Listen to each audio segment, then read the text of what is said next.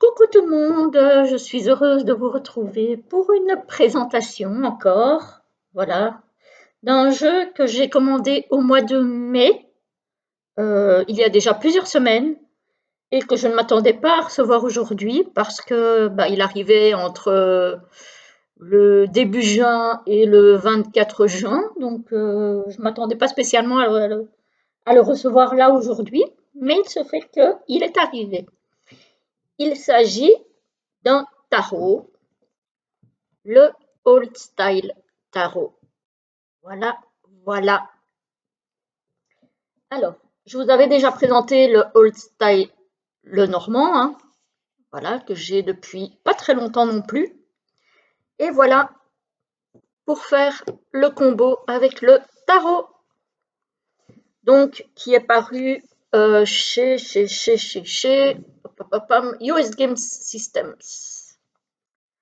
Voilà, dans une belle boîte en dur, une grande boîte. Franchement, pour un tarot, c'est une grande boîte. Donc, il a été créé par Alexander Ray. Voilà, il y a un livret en anglais, évidemment. Voilà. À voir comme ça n'a pas l'air super compliqué à comprendre pour ceux qui ont quelques petites notions d'anglais. Ça devrait aller. Pour les autres, il n'y a pas grand-chose à traduire. Je pense que ça va encore. Alors, dans le livret, qu'est-ce qu'on a? Donc, c'est une édition de 2022. Donc, il y a une introduction, un petit mot, voilà, une petite avant-propos d'Alexander Ray, une introduction sur comment utiliser le tarot, comment lire les cartes, la structure du tarot avec les arcanes majeurs, les arcanes mineurs, comment poser une question, avec les significations à l'endroit et inversées. Ensuite, on a des tirages en 3 cartes, en 5 cartes. Et ensuite, on a les explications de toutes les cartes avec une miniature en noir et blanc. Donc, on a à chaque fois le numéro de la carte, le nom, la signification droite, la signification, le conseil, disons, la signification inversée, le point d'attention, donc là où il faut faire attention. Voilà. Ici, par exemple, pour le magicien, on a donc le numéro de la carte, le titre, la signification droite, le conseil, la signification inversée, le point d'attention et la réponse rapide. Voilà. Donc, petite réponse rapide. Voilà. Et on a ça pour toutes les cartes. Donc, c'est un livret assez simple, en couverture semi-rigide. Couverture bien épaisse, très douce au toucher, un peu peau de pêche, je dirais. Soft touch en tout cas. Très très beau. Alors, donc l'arrière du coffret se présente comme ceci. Il y a les cartes à flutien, un encart avec un blister. L'intérieur est comme ceci. Voilà, avec un petit cordon pour retirer les cartes. J'espère que je ne vais pas trop galérer à ouvrir le blister parce qu'évidemment, j'avais été prendre un ciseau pour ouvrir la boîte, mais évidemment, j'ai oublié de le reprendre pour ouvrir le blister des cartes. Ah là là, bon, 2 petites secondes, je reviens. Me revoici, me revoilou. Heureusement que j'ai mis pause parce que ça m'a pris un petit moment avant de pouvoir l'ouvrir, même avec des ciseaux, parce que j'avais peur d'abîmer les cartes, tellement le blister était serré. Mais j'y suis arrivée. Alors, hop, les cartes. Donc, tranche neutre, effectivement, ce sont des grandes cartes pour un tarot. Donc, c'est pas format tarot, hein, c'est plus grand. Voilà. Je vous montre le dos que je trouve très très beau et qui ressemble évidemment au dos du Petit Lenormand du même nom. Ils vont être super sympas à utiliser ensemble, ces deux-là. Voilà. Vous voyez, c'est pareil. Donc, j'aime beaucoup le design, j'aime beaucoup le style de ces jeux. Alors, revenons-en au tarot. Donc, je disais, grande carte pour un tarot, qui glisse bien, pardon. Carte mate, la qualité, elle est bonne, il n'y a rien à dire. C'est Use Games, hein. Elles sont pas très épaisses, mais elles sont de bonne qualité. En tout cas, moi, c'est une qualité que j'aime bien. Voilà. Euh, Après, c'est toujours discutable. Alors, on a donc le fou. Vous entendez mon chien qui fait un concert avec le chien du dessus. Le magicien. La grande prêtresse. L'impératrice. Très très belle. L'empereur. Le hiérophante. Les amoureux. Le chariot. La force. Très belle carte de la force. J'aime beaucoup. L'ermite. Les couleurs sont très très douces. C'est ça que j'ai aimé aussi dans ce tarot, c'est que les couleurs sont très douces. La roue de fortune. Justice. Le pendu.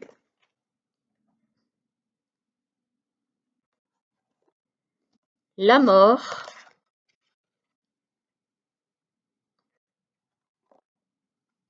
Tempérance. Les personnes qui aiment les tarots avec un design un peu ancien et avec des couleurs douces vont aimer ce tarot, je pense. Le diable. La tour.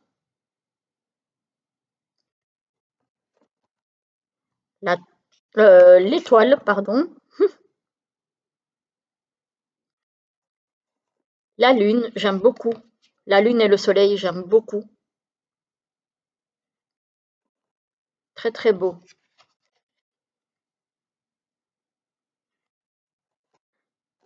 Le jugement.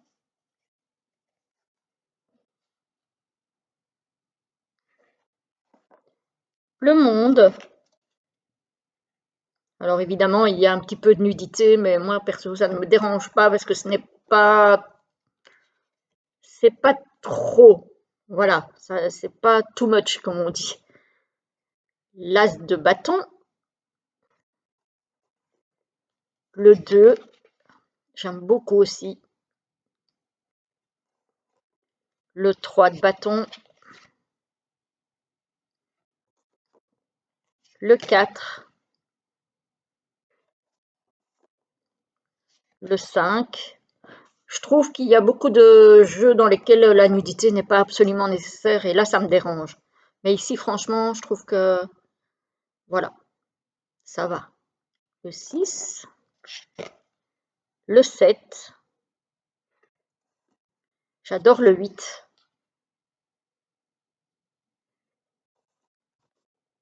Le 9.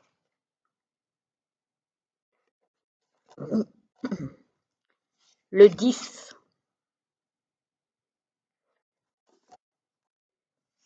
Le page de bâton. Le cavalier. Ouais, j'aime bien les illustrations, hein. La reine. Et le roi. Le roi, je trouve qu'il fait encore un peu ado.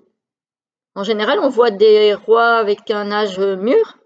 Là, je trouve il est encore très, il a un visage encore très jeune pour un roi. L'as de coupe, le 2, le 3 de coupe est super beau. Enfin, plutôt la carte est super belle. Le 4 aussi, j'aime beaucoup. Le 5 de coupe, vraiment un beau tarot, hein. Le 6, je l'ai attendu longtemps, mais je suis très heureuse de l'avoir. Le 7, ah, intéressante le 7, avec ce troisième œil là, ici. Très intéressant comme carte. Le 8 de coupe,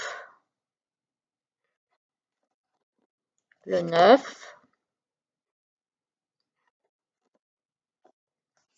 le 10, le page. Par contre, le page ici, il fait âgé, contrairement au jeu en général où le page, ben, du coup, c'est encore un petit peu l'ado, pas tout à fait prêt, pas tout à fait mûr. Ici, on voit plutôt un homme d'un certain âge déjà.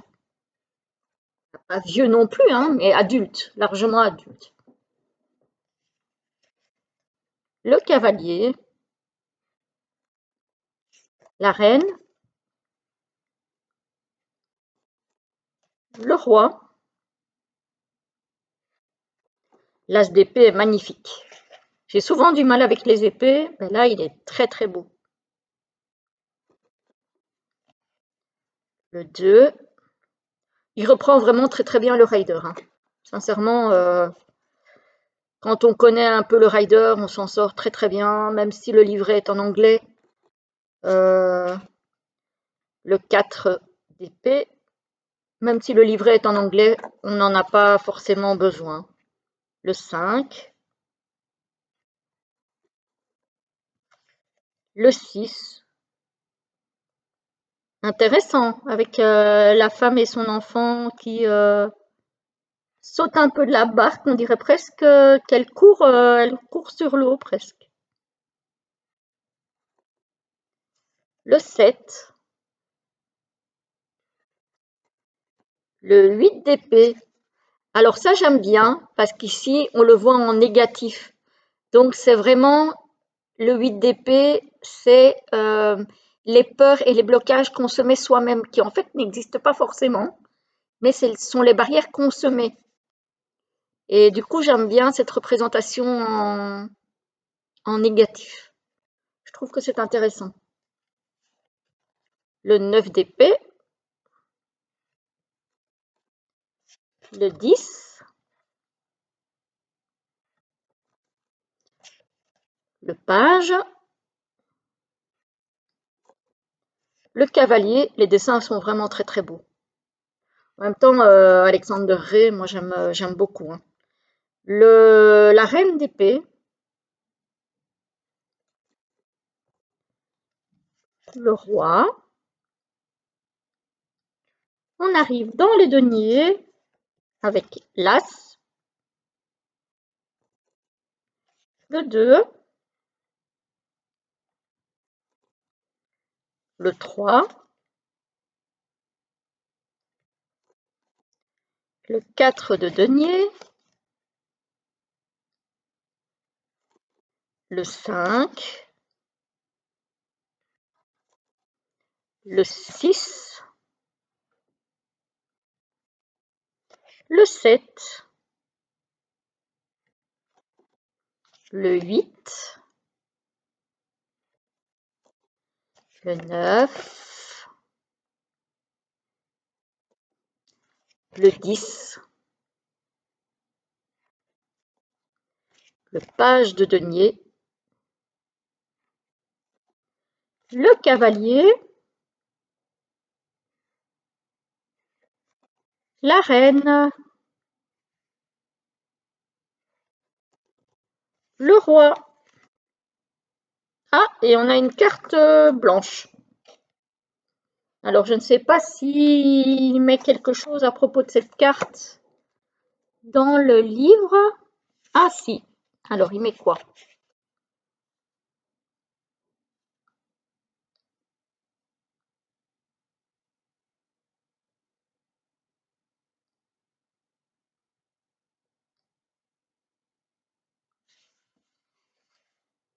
Alors, euh,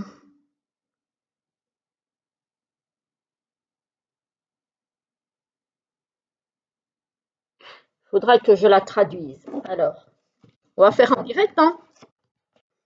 Voilà, hein, comme ça. Voilà. C'est pas préparé, hein, les amis. Donc, euh, donc voilà, vous ne m'en voudrez pas. On va regarder sur notre ami. On va faire appel à notre ami Google Trad. Zoo. On va scanner la page, faire une petite photo et je vous lis. Alors, la carte blanche ou vierge est un ajout au jeu standard. Lorsqu'il apparaît dans un tirage de tarot, cela indique généralement que la lecture ne peut pas fournir l'information recherchée par le demandeur. Ah, intéressant. Les raisons possibles pour cela incluent: le demandeur n'est pas prêt à entendre la vérité ou à faire un choix, le moment n'est pas propice à une lecture. Toutes les informations dont le demandeur a besoin se trouvent sur les cartes précédant la carte vierge. Les cartes qui suivront ne feront que prêter à confusion. La situation actuelle est ambiguë. La diffusion ne permettra pas de répondre à la question. La lecture devrait être reportée. Donc en soi, la carte blanche indique que pour toutes ces raisons, vous n'aurez pas de réponse à votre question. Voilà, voilà. Ou en tout cas, si vous avez dans votre tirage la carte vierge, donc la carte blanche, comme moi j'avais dit, il faut arrêter votre tirage au moment où elle sort en fait. Ça ne sert à rien de tirer des cartes supplémentaires, elles ne vous apporteront que de la confusion. Donc il faut alors soit recommencer plus tard et reposer la question plus tard, soit vous contenter des cartes qui sont sorties avant la carte vierge pour essayer d'avoir un minimum d'informations. Voilà, voilà les amis, mais j'aime beaucoup, beaucoup, beaucoup ce tarot qui va faire un combo parfait avec le petit Lenormand du même nom. Ça va beaucoup me plaire de faire ça. Certainement que je les utiliserai dans une guidance à venir. Certainement. En tout cas, j'espère que ça vous a plu et je vous dis à très très vite pour une prochaine vidéo. Très belle journée à tous.